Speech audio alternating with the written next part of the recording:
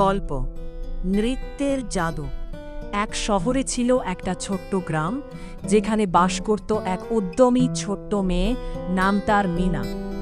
মিনা ছিল একজন জলজান্ত নৃত্যশিল্পী।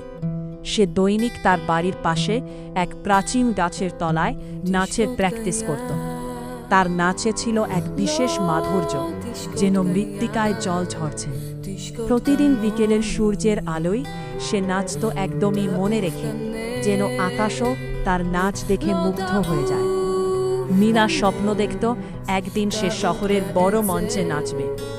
শৈশব থেকে তার মনে ছিল সেই আকাঙ্ক্ষা, তাই সে কঠোর পরিশ্রম করত, দিনরাত প্যাশন নিয়ে নাচের অনুশীলন করত। তার মা বাবা বিশ্বাস করত মিনার নাচের প্রতিভায়, কিন্তু গ্রামে অনেকেই ভাবত নাচ শুধু মজা আর আনন্দের জন্য, এটাকে পেশা হিসেবে নিতে পারবে না।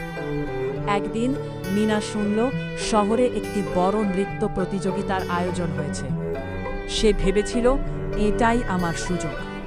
ঠিক সেই সময় তার কাছে এসে হাজির হলো একটি ছোট্ট বিড়াল।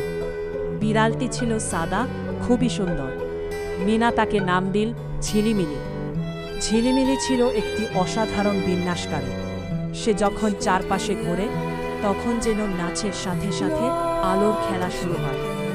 মিনা ও ঝিলিমিলি মিলে প্রতিযোগিতার পিছা নাচবে।